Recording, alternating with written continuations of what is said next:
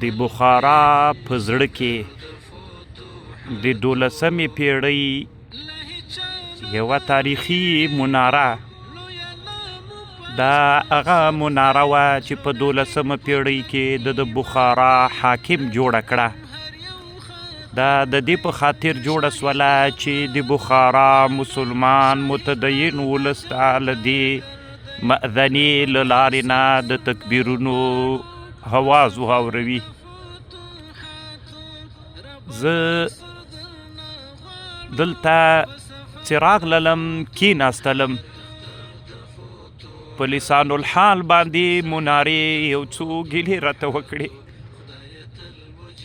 یو دا چې زه په دې ویډیو کې کته صحنه ځکه نه راخلم چې لاندې فاحشې ښځې ګرځي. په دې مناره باندې آیتونه لیکلي دي.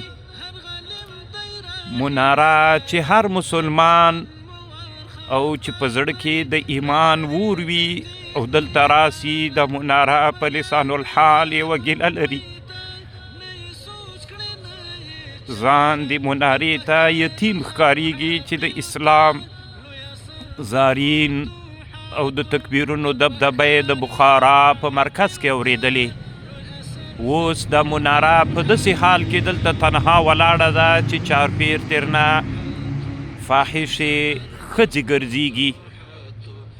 دلته نه نږدې اذان سته نه څوک د اذان غږ اوري.